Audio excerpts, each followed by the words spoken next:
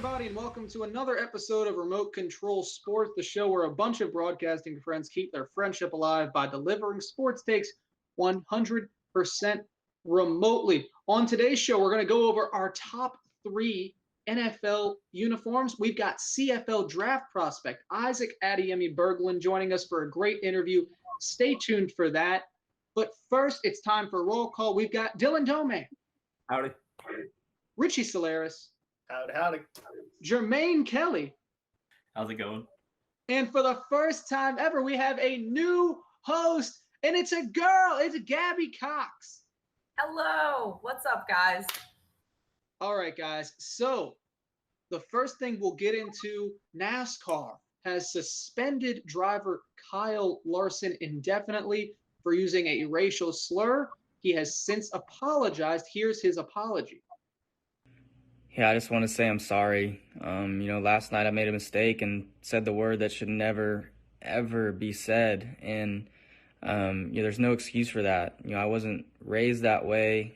It's just an awful thing to say. And I feel very sorry for my family, my friends, my partners, the NASCAR community, and especially the African-American community. As you can hear, it sounded pretty awful. I hate the apology. What are your thoughts? Jermaine, I'll start with you. I feel like this you're the person who actually was not aware of this until we said we were going to talk about it on the show. What are your immediate thoughts on this? My immediate thought and just like my only thought is, I don't know how old this guy is, but you get to like a certain age in America, like you just know not to say the word. Like growing up, I was taught not to say the word, and I'm a African American guy. Because my family, they don't like the word, even as a white male or any other race, at a certain age, you just got to know, you can't say the word. It's basic as that. So, yeah. My whole thing with it, and this didn't really register to me until I saw some people point it out, was how casually he said it. He did it to test his microphone, which I don't know if you've ever tested a microphone.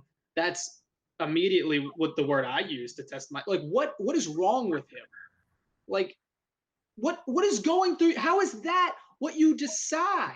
You can is tell the word I'll test a microphone with. You can tell when apology is sympathetic. You can tell when someone actually means it, because they go on for a while and he just keeps saying I didn't mean it in the moment. It's not what he said at all. He was just he was I said it. That's almost like what it sounded like. What you gonna do about it? Yeah. He basically only put out something because he's a professional athlete. Yeah, definitely. And that's the only reason he had to say it. Look, John always says, spread the word, end the word. But it's spread not the word, end the word. Let me show by you gotta spread the word. Where's it start?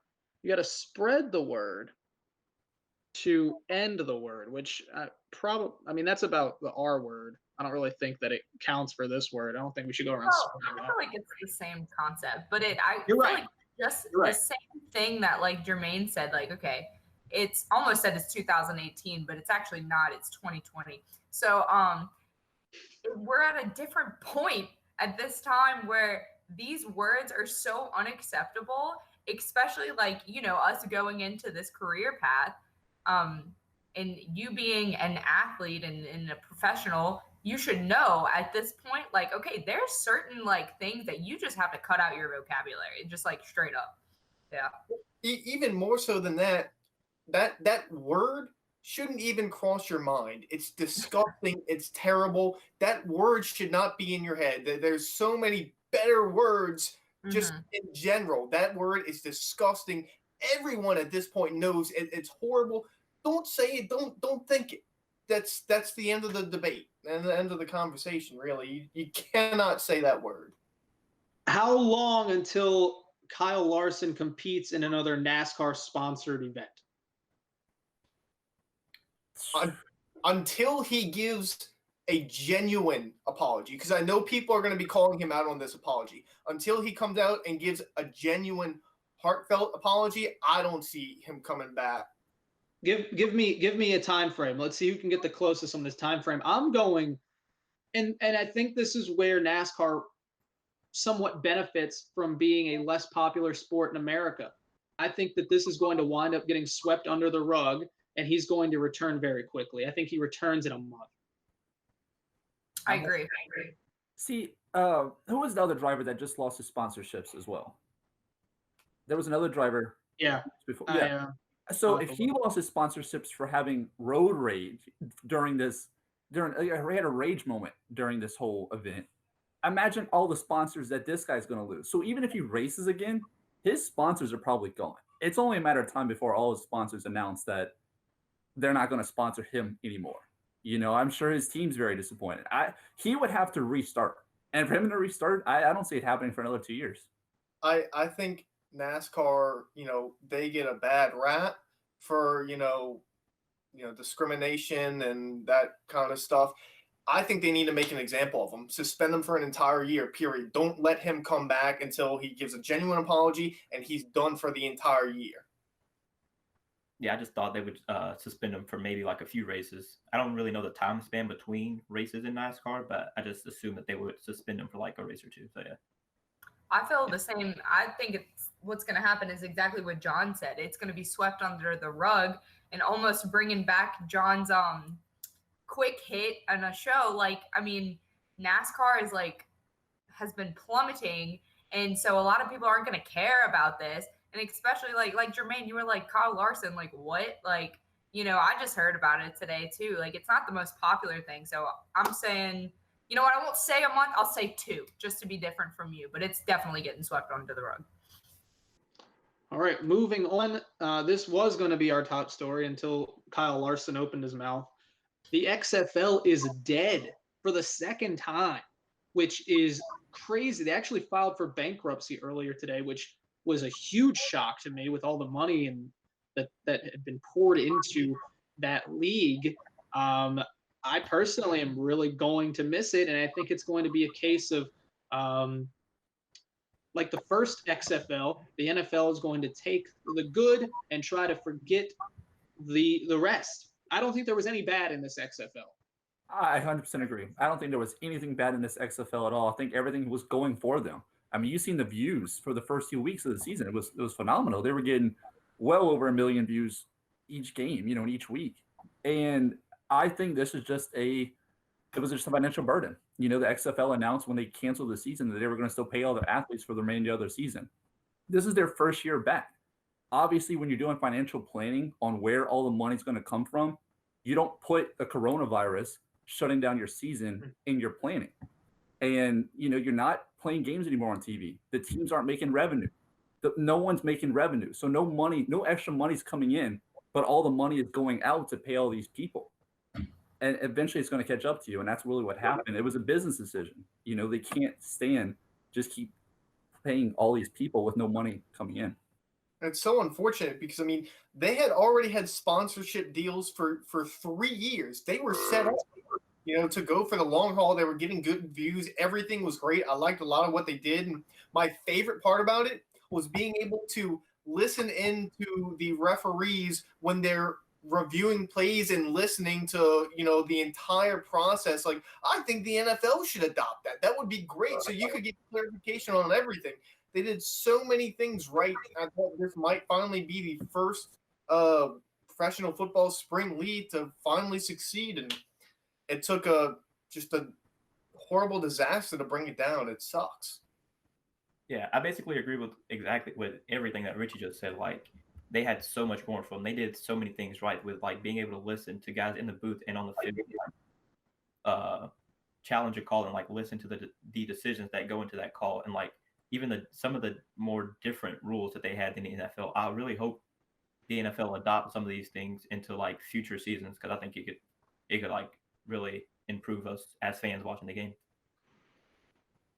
I saw something that Vince McMahon put out that, this was obviously tragic to the league and everything, but that they just didn't have the financial cushion that the NFL does, obviously, because this last year didn't end up so well, but this was the year. It was going so good. And for it to just come, I almost feel like it's a sign. It's a sign, you know what, just take it back.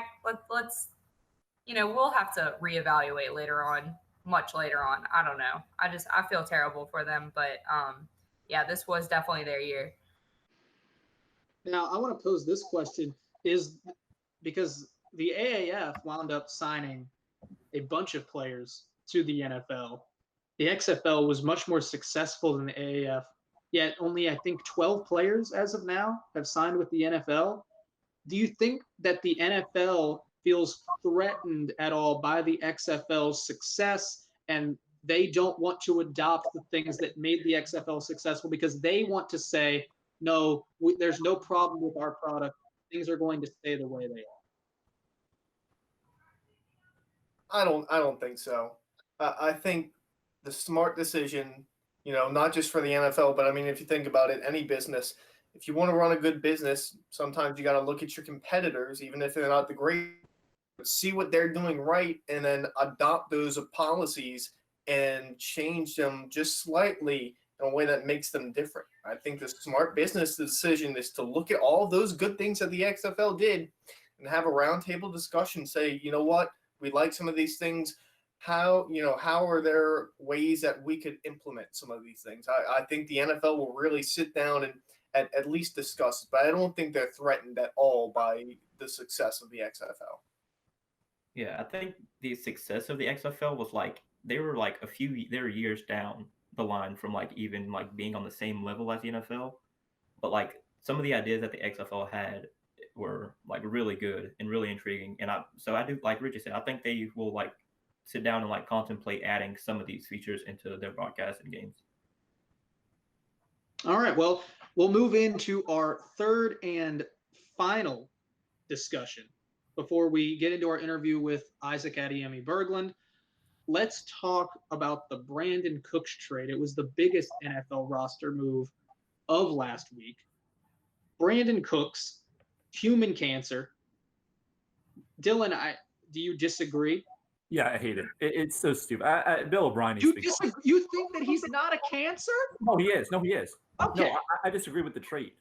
I disagree with the idea of the whole trade. It's so dumb because like you are getting so DeAndre Hopkins, it was a guy for Deshaun Watson who, when you needed him on a third down play, that's who you go to. When you needed some guy that can go and make the play to bring you further downfield, that's the guy. Brandin Cooks is not that guy. Also, you're saying he's not a deep threat? No. Brandin Cooks has two. Yeah, but he does not have the hands, and he does not have like the ability to go over cornerbacks like DeAndre Hopkins did. And plus, Brandin Cooks' contract is 5 years, $80 million, I think. So you take that on. You take that on. Then you take on David Johnson's, and I seen an analyst talk about today the idea that this was a great trade for them because Brandin Cooks knows Bill O'Brien's system. He's going to fit in well. And I'm like, that's really it? That's the real reason why it's a good trade? Like, it's a stupid trade. I'm sorry. When did Brandin Cooks play for Bill O'Brien? He did. Exactly. What? All right. Now I need to jump in because I disagree. Brandin Cooks is not locker room cancer. Let me explain the rationale behind all of these trades. All right. First of all, the people get the idea that he's locker room cancer because of what happened with the Saints, and we'll discuss that. All right. He started coming out and complaining because he wasn't getting as many looks because he was threatened by Michael Thomas, who is now the best receiver in the NFL. So I can get being a little, not happy with that. But it's your job. You're a professional. Shut up. I agree. He went about that the wrong way. However, that's not just the reason why the Saints traded him. Every single one of these trades, when you look down to it, the reason is because of the money he's getting paid. The Saints knew that they were going to have to pay out a lot of money to bring back Brandin Cooks, money that they just didn't have. They couldn't afford to bring him back, so they trade him, and they get the Patriots pick when they get Ryan Ramczyk out of that, one of the best tackles in the league. All right, so then he goes to the Patriots. And, the Patriots are notorious for not re-signing high-profile guys. I mean, who are also locker room cancers. That just happens. That's not true. Jamie Collins was not a locker room cancer. Vince Wilfork was not a locker room cancer. Logan Mankins was not a locker room cancer. I don't agree with that. That's just the Patriots' philosophy. So rather than give him a giant contract, they ship him off basically for the same thing the Saints got. Now the Rams make a mistake and give him this huge contract. They don't have the money. The Rams are falling apart. Trade him. You dump the contract and get a second-round pick. It's all down to the financial benefits. I bring two things to you. One, hey, Brandon, you want to come in the office and we can restructure this deal if you want to be a part of the team? And two, there's no way that one of the top 20 fastest humans on earth is not worth something. There's something else going on. You aren't one of the fast. He would probably qualify for the Olympics for most countries, not the US. But if he gained citizenship to another country, he would be in the Olympics. He's that fast. And you're telling me that guy can't stay on a team for a year? There's something else going on. I don't care about the money. And look at the Rams receiving core. They've got Robert Woods and Cooper Kupp, who are both going to get big deals. They could not afford to keep Brandin Cooks and re-sign Cooper Kupp and still have Robert Woods. It made financial sense. For each one of these trades, it's made financial sense for the teams. It's smart. He's not locker room cancer. He's just taking up too much money. That's what it comes down to. Well, but that's what I'm saying. Hey, Brandon, come in here and we can make the team better if you take a pay cut. Why is Brandin Cooks not saying, okay, I'll do that? Well, he doesn't have to. He doesn't have to. If that's not his prerogative, if his prerogative is to make enough money so he can live happily when he retires over winning a Super Bowl, then you know what? That's his prerogative, and I get that. He's going to have so many injuries. Look at all these ex-NFL players who have so many injuries and go into debt. He's smart. Make as much money as he can, and then when he's out, he has a good surplus, and he doesn't have to struggle like guys like Jamarcus Russell or Ryan Leaf. You can't compare those two. So wait, John. So you like the not the locker room part, but do you like the Texans getting Brandin Cooks? I think it's good. Okay, they had built a whole receiving core just off speed, no size. That's you what got I do in Brandin Cooks, Madden. It works you out got just Kyle fine. Floyd, you got Randall Cobb, you got Kiki Kuti. But like I'm saying, you don't have that go-to receiver anymore. You have a bunch of deep threats. Sure. Will Fuller is going to become that for them, and this conversation is going on a tangent. I have two things to say. That celebration he does with the arrow, he's just firing on a blank canvas of 32 teams. Whatever the arrow lands on, that's who he demands a trade to next. And second, the Texans traded DeAndre Hopkins, so it would open up 10 for Brandin Cooks. Thoughts on that? Horrible. That's why they did it. You have to give Cooks what he wants. He wants that number 10. See, I think we're all trying to be analytical here. And he I think needs that number John's 10. I'm not coming there unless I get 10. It's either Hopkins goes or I'm staying in LA. I'd buy it. You would not. That's something he would do. He thinks he's the Paul Pierce of the NFL. Paul Pierce is the only person in the world who thinks Paul Pierce is a top 3 player of all time. Brandin Cooks thinks he is a top 5 wide receiver, and he's not. I don't think he sees himself as a top 5 receiver. I don't. We'll see when he's a Raider next year. All right. Maybe he'll wind up in the CFL. He'll run out of teams in the NFL. He'll head to the CFL. We're actually going to talk with one of the CFL's top prospects, Isaac Adeyemi-Berglund. Cannot thank Isaac enough for his time. Here's the interview with Isaac. We now have CFL draft prospect Isaac Adeyemi-Berglund joining us. Isaac, thanks for taking some time to talk with us. No problem, man. It's a pleasure to be here. All right, so I just want to start with this. Obviously, you are a Canadian native. You grew up in Nova Scotia. When was the first time you played American football? We played. I played at kind of like a prep school, as y'all would call it in Canada. We played a hybrid of rules, so we still had like the run and start for receivers, but we had we had 4 downs, but we also had the no yard. So I played like a hybrid set of rules. So I was used to it when I got to the States, but I never played real American football until obviously I played at Southeastern.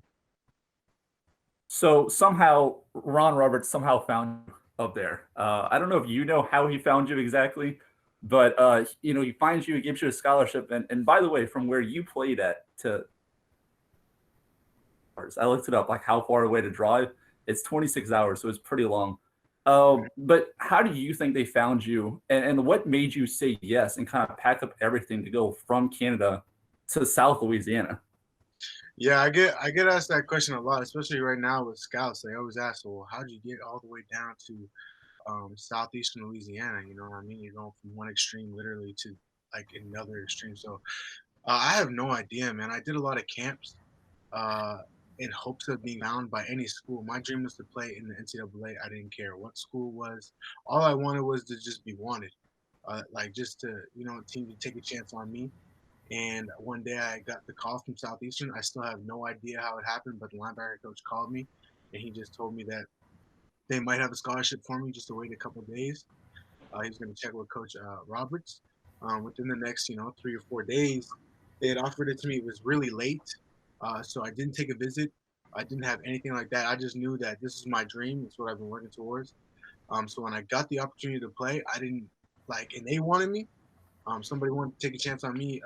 That meant a lot to me, man. That they would invest that into me. So I was saying yes regardless. I took it. I didn't care who was coming after or who was, uh, interested in me in Canada, man. I had the opportunity and I just took it, man. We can say. Isaac, growing like he said, growing up in Canada, was one of your dreams to play in the CFL or the XFL, or did it like not matter? Did you just want to play football? Originally, man, I really was big into basketball, but as that kind of wore down, because of all the height and all that kind of stuff, I wasn't 6'5", but basketball was my thing, man. I mean, football ended up being my thing, and I'm actually from a place where we don't have a CFL team close. The closest team is 12, 13 hours away, uh, in Quebec on the East Coast. So that's the closest team. So I've never honestly even been to a CFL game. But when I started football, man, it was to play at the highest level, and I'm at a point right now where, professional football is professional football. I know I went to a small school, so I know it's going to be a struggle trying to get to whatever level I want to get to. But I mean, I've overcome greater odds, so I'm excited about the next step. But yeah, man, I've always wanted to play at the professional level, ever since I started playing football. So Isaac, you just piggyback off of that. Were you ever thinking about the NFL, or was it, obviously you're from Canada, or was it just CFL just all the way? It was always NFL. I won't lie, it always was, man. And the only NFL game I've ever been to has been, a Saints game. I went there and it was my first game, and it was a couple years ago. But ever since that, man, I've wanted to play, in the NFL. It's always been a dream. It's always one of those things where it's like the forefront of your head. I'm lucky enough to be Canadian, so I have a chance to play in a professional league here in Canada, which would mean a ton for me and my family, to be able to be here in the home country. But whatever opportunity presents itself, and whatever team wants me is who I'm gonna go for ultimately. So that's my approach. But yeah, that's how we're gonna go here. That's what I say that. Now, Isaac, there's a lot we could talk about your career at Southeastern. I mean, you were excellent pass rusher. You were one of the best players on that defense. But I really want to talk about your future. I mean, you have been able to prop yourself up as a top 20 draft prospect in the CFL. You're training for it. But what is that like? What is the entire experience like? And, how is with what's going on with the world right now, how has that affected your path to the draft? Yeah, it started off. I have a video coming out tonight that's gonna highlight everything over the next week that just I went through. But yeah, man, I went to Arizona. I trained at Exos, this big facility. I trained with the top of the top guys, and it was really eye opening for me because coming from Canada, it was the same type of experience where I want to be with the best. When I came to Southeastern, I wanted to be with the best players that I could be with in the NCAA, and I think we had some of those at Southeastern throughout my years. So that training process was absolutely nuts. The opportunities that I've been granted with because of my agency and my agent Zeke have been like I can't unexplainable. The amount of stuff I've seen and just been able to experience with this whole thing going on. It's been nuts because Pro Day has obviously been canceled, and it sucks for me but it also, I feel for a lot of the other players too, because, I was great on Southeastern's defense, and I really feel like you can't play everybody on the team at all times. We had a lot of players that, that were seniors that didn't get to showcase their abilities on the field just because, things didn't line up. So I was really, upset for those guys too that couldn't showcase their skills, their athleticism during an event like Pro Day. It's been really hard. I know a lot of us have filmed certain events. Like I know I had recently, before I left, I'm in Canada now, but before I left, man, I had jumped the fence and I had propped up my camera, my phone camera on, some of the barrels that we had at Southeastern. And I mean, I'm not there anymore, so I guess I can't get in trouble, but propped it up, man, and just set it up so people could see my drills and see how I move. So that's the struggle we're in right now. We're about 10 days off the draft, I think exactly from the NFL draft, and then we're another couple weeks away from the CFL draft. So it's nuts, man. And all the interviews that I have done have been online, just like this, where you get asked questions and they can kind of have a feel for you as a person and where you're coming from.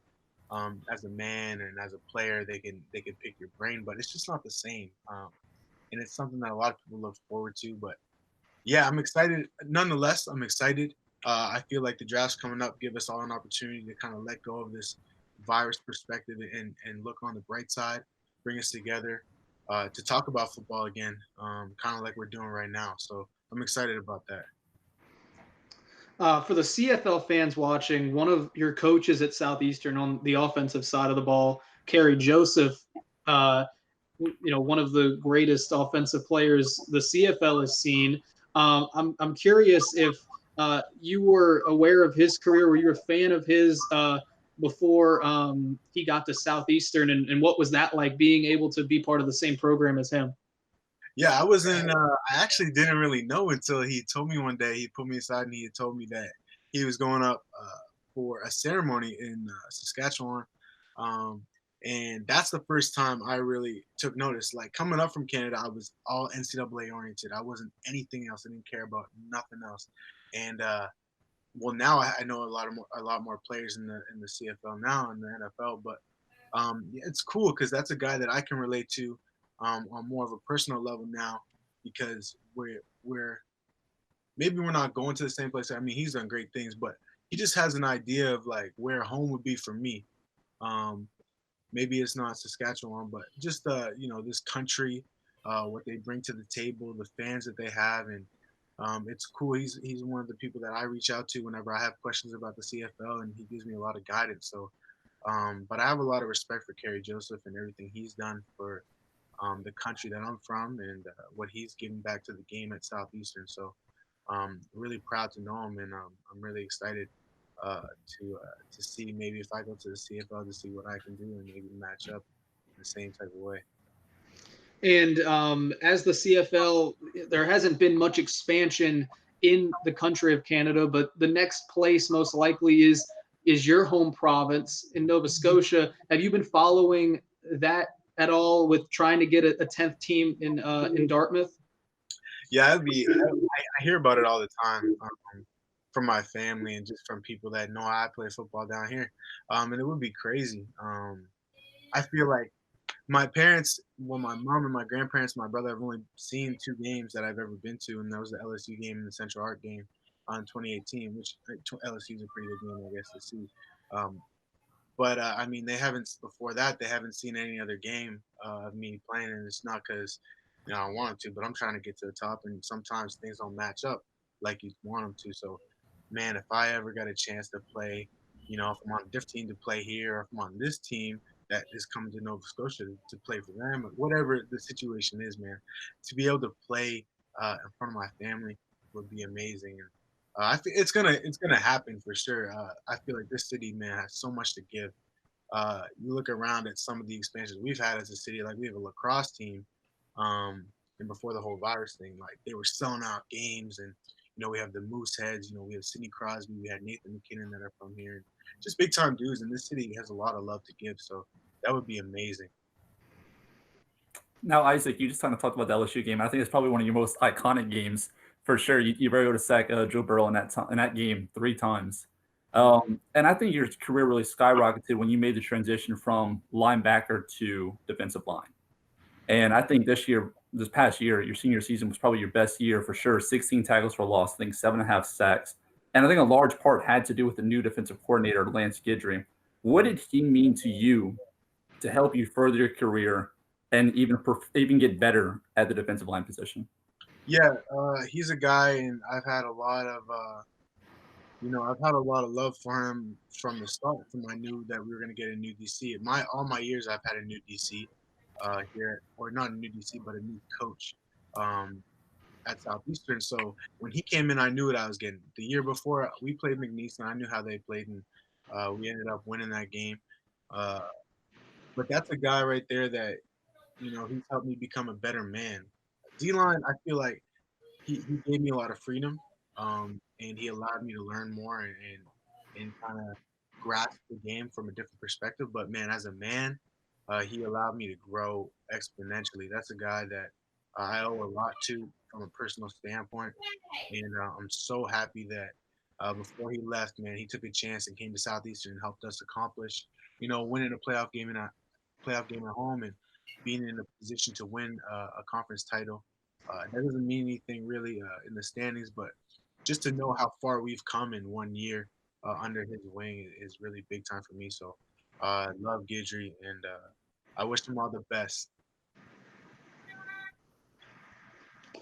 All right, so this will be the last question for you, Isaac. But what do you want teams in the CFL and fans in the CFL to know about Isaac Adeyemi-Berglund as you continue your career? I feel like a lot of people, they don't know what type of leadership I bring to a team. And I feel like people around Southeastern would understand it, and from the teams I was on before, they would understand it. But I'm an extremely I lead extremely well. I do the right things on and off the field. I'm not somebody that messes around when it comes to football. I love this game, and I would give anything to be successful in this game, not just for myself, but for a whole team to be successful. I'm in love with winning, and I'm in love with the process. So you can look on the film, and you can turn on the film, and you're going to see a good football player. I mean, we're all good prospects. That's why we're here, and that's why we're having conversations like this. But I would like, teams in the CFL, fans in the CFL, when you draft me, you're not signing a rookie contract. You're signing a lifetime deal with me. I'm going to come in and do everything that I can do to be successful off the rip, on and off the field in the community. That's the type of man I am. I'm a great man, and I take a lot of pride in that. So I hope you draft me, and let's get going. CFL draft prospect Isaac Adeyemi-Berglund. Isaac, how can everybody stay up with you on social media? I'm pretty simple, man. It's at Isaac Berglund on Instagram, and the same on Twitter. So tune in if you want. I got a couple of videos coming this week that are really gonna be good. So about the process. So yeah, man. If you want to follow me, I'm public. So shoot. CFL draft prospect Isaac Adeyemi-Berglund. Isaac, thanks so much for being here. Thank y'all. I appreciate y'all. Thanks so much to Isaac Adeyemi-Berglund again for spending some time with us. Can't thank him enough. Make sure you're following him on social media through his transition into professional football and the Canadian Football League. We'll wrap this show up with our top 3 of the week. This episode's top 3, we're doing NFL jerseys, NFL uniforms, I should say. NFL uniforms. Dylan, I'll start with you. Who are your top 3? Okay, so I'm going to go with, I'm obviously biased, but I'm going to go with the Patriots home jersey. I love the blue. Love the blue with the white, with the red outline and the number. I think it's a great look. What are your thoughts on the old jersey? The red. The red one, that's my favorite uniform. But it's a great uniform. We talked about not going to any classics, just current uniforms. Okay. The red uniform is my favorite uniform of all time, with the white helmet with the Patriot on the top. All right. So Saints Color Rush is, this is no particular order, but I love the Saints Color Rush. I mean, it's pretty classic. Curry is one that I watched in person. I was like, not in person, but I watched on TV. I was like, oh, it's pretty nice. But then you start playing with them like on Madden, and I really like it. It is the Cincinnati Bengals white Color Rush jersey. It is a clean look because there's no orange actually in the jersey. The only orange is on the helmet, but it has like that. It's the white on white with the black on the side with like the stripes. And it has a nice classic uniform. Helmets are included in this, right? Yeah.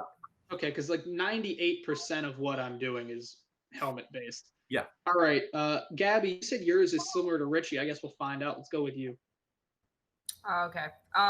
So Seattle Seahawks is my first one. I love the colors because the blue, I don't know, it's something about the green and the blue, like that green, like arrow thing that they got going on the side of the pants. I don't know. I love it. It's just like, it's so pleasing to the eye. Okay, anyway. Next one, Saints, obviously. Duh. Okay, and then I know, I'm not fond of the team, but I definitely like their colors. I guess I'm just a blue person. Rams, the blue and the gold. It's more yellow, I guess, but it's just so in the helmet with the horns. Like, I don't know. It's just pleasing to the eye. I like it. Being a girl, I like the colors bursting into the eye. So that's my 3. Yes, being a girl. Yes. All right. Being a girl. All right, Richie, let's compare. All right, number 1 is the Saints color rush. I think it's just the cleanest looking uniforms in the NFL. I love it. I wish they would wear them every game. Love it. Secondly, I do like the Seahawks jerseys, but one in particular, I love their color rush. The neon green, all neon green. I love it. Out. I love it. I love it. I love it. I love it. The call. What's wrong with you? I love it. I had a pair of cross country spikes back in the day that were neon green like that. And the only reason any of us got stuff like that was to make fun of it.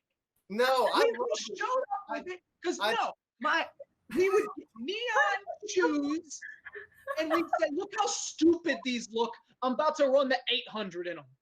No, I love them, and I put pink shoestrings on for breast cancer awareness month. Oh, look, God, pink and neon green. What's wrong with you? Cosmo and Wanda are coming out. First, the NFL draft take where you like the draft more than the Super Bowl. Now this, you got 2 strikes on you, Solaris. 2 strikes. Third favorite uniform. I love the Denver Broncos orange jerseys with white pants. Love them. I don't like that. All right, that's fair. I don't like that. Thank God, Jermaine. All right, so I did rank mine. So at number 3, I got the Ravens color rush, the all purple with the gold numbers. It just looks so good, especially during like night games, like Sunday Night Football and Thursday Night Football. Oh yeah. Yeah. Number 2, are the Dolphins like throwback white uniforms, like the modernized ones. I love those. My second favorite. And number 1, number 1 is obviously Saints color rush, best uniforms in the league. So yeah. All right, I love that list. Yeah. That list made me very happy. It calmed me down. He made up for the Jonathan Taylor going to the Titans pick. He made up for it because that was bad. Hey. Actually, the more I think about, I'm not as mad about that as I was. I'm still not on board. Yeah, no, it's not happening. But I will say this: Jermaine said that ESPN horse tournament was going to be good. I was sad. I was terribly mistaken. That was the worst thing I've ever seen in my life. It was. It's so boring. Yeah. I would have loved to be the ESPN. Hype. It was too much hype. They hyped it up so much for it to be such. No one did like hardly any tricks. It was so whack. I would have loved to be the ESPN guy who greenlit it and then had to just sit there and like pray for it to end. Just please, God, let's get to Scott Van Pelt Sports Center. All right. My top 3, I'm surprised none of you had. My top one, I'm starting to here because it's my obvious one is the Raiders. I think it's criminal that they're not on anybody else's list. Hold on, pause real quick. That's fair. You like the word criminal now, don't you? Well, that's what most of your takes are. So that's why I say it. I'm not falling in love with the word. It's just that's how bad everything is. I thought you were trying to be ironic because the first time you ever used it was with the Jameis Winston list, and you were talking about the top 5 players, and you said Jameis Winston is criminally off the list, and I'm like, oh, that's ironic that you're doing it. And then now it's just it's once a show. This is one guy who I think is criminally left off every list. Jameis Winston. No, I think you're right. I do fall in love with words, but I like your thought process. I wish I was that smart. that I could go criminal on Jameis Winston. No, I said he stole something. Yeah. One episode. Probably. Like, he stole it from somebody. Jameis Winston. That was my Jameis Winston joke. I really love the Redskins. Love the Redskins uniform. I think that's a great uniform. And then I got the Eagles. I like the black jersey Eagles. Please explain. And I'll also, you know what? I'm going to give Saints Color Rush. That's just whoever designed that. I mean, it is just the perfect blend of everything. It looks kind of classic with the stripes on the sleeve. Everything about that jersey is right. Yeah. Not a fan of the Redskins. The helmets. You didn't say anything about the helmets. Redskins helmet is, I think, the best helmet in the NFL. Go ahead, argue me. See if I don't take you down a notch. Ooh. Sorry, I don't know. I'm gonna go. I like the Rams helmet. Yeah, I like the Rams helmet over it. Rams helmet's great. Nothing wrong I with like that. Rams helmets too. You think the Redskins helmet is better than the Rams? Yes. They're red with a Native American on it. I'm not saying it's not racist and awful, but they work with what they have. Say anything about it being racist. Well, that's a whole nother discussion. Like my family is Native American. My great grandmother was 100% Choctaw Indian. None of my family see that as a problem. They've never had it. How could you not? How could It's you not not? about you. Not everything's about you, Richie. I'm not saying me. I'm saying my family. Not me. My family. No, that is such a racist slur, and the fact that Dan Snyder has somehow got around that is incredible to me. Amazing. For so long, too. For so long, it's got a lot of great connotation to the history of Native America. I don't remember reading about the Redskins. The Redskins, yes. Yeah. I don't remember that in the 7th grade, but whatever. I really like the helmet. I think it's a great helmet. So go ahead. If you want to get so mad at me, I'll go Raiders. All right. Okay. Fine. All right. I thought you were going to elaborate more on each of the helmets, explain why that they were so good, because you hyped it up that the helmets was your main thing, and it just the Eagles helmet is also great. I love the Eagles helmet. I mean, that's all I have to say about these. I like that too. That's a good one. Go Philly. Yeah. Who is Chase Utley? No, this is Aaron Nola. Okay. What a name to grow up in Louisiana with. Huh? Absolutely. And then has also played for the Zephyrs for a long time. They were able to market a guy who batted 200 and was in AAA for 4 years. He's finally in the pros, though. He made it. Oh, he's with the Marlins. Seattle. No, Seattle. Seattle. Yeah. Okay, good for him. Yeah. I love that the Zephyrs were the Marlins affiliate, because every now and then they'd get somebody called up and they'd be right back for the weekend when you'd head out to the Shrine. Donnie Murphy's out hitting walk-offs in Fenway on Tuesday, and he's batting 3rd on Saturday. Well, hey, remember there was also Lance Berkman. Lance Berkman, he made it. Zephyr's legend. There was a guy named Anderson Hernandez who I think played 4 major league games. He's the Zephyrs' all-time leading hitter because he was there for 6 years. It was incredible. I've never seen anything like it. Really quick, this is the last thing I want to say before we wrap up the show. I finished Twilight. Though Bella's mom is dating a minor league baseball player who's in Jacksonville. So me being the sports guy, I did the math. So he would have had to have been playing for the Jacksonville Jumbo Shrimp, which is a AA team. And then she says that they're looking into buying a house. And my immediate thought was, why are you buying a house? How long has this guy been in AA? He's just a career AA guy. They keep trying to call him up. Steve, dude, congratulations, you're going to AAA in New Orleans. Nah, I got a family here in Jacksonville. Making that smooth $36,000 a year. Kirsten and I watched the first 3 episodes of Tiger King. I did too last night. Carol's guilty. I don't care. Absolutely, she's guilty. Okay, wait. I wanted to bring this up. Because this is kind of like Kyle Larson. When she does an interview about her husband, she does not care.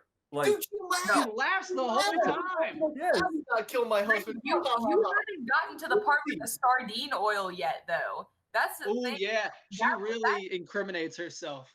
Yeah, she was Just You wait have on it. Sardine Just wait on it. oil. Just Yeah. wait on it. All right. My final thoughts on Twilight, because everybody's really into it. Definitely Team Edward. And really underrated franchise overall. I think it's a fine film franchise. You haven't watched it. Stop shaking your head. Wait, John, quick question. You watched the whole thing? Like Watched Breaking all Dawn, 5. All, part one, yeah, part all two? 5. Okay. Yep. The first one's terrible. First one is Yeah, it's awful. but like But they- it gets so much better. Yeah, they great. get better. Yeah. No, I think it's an underrated franchise.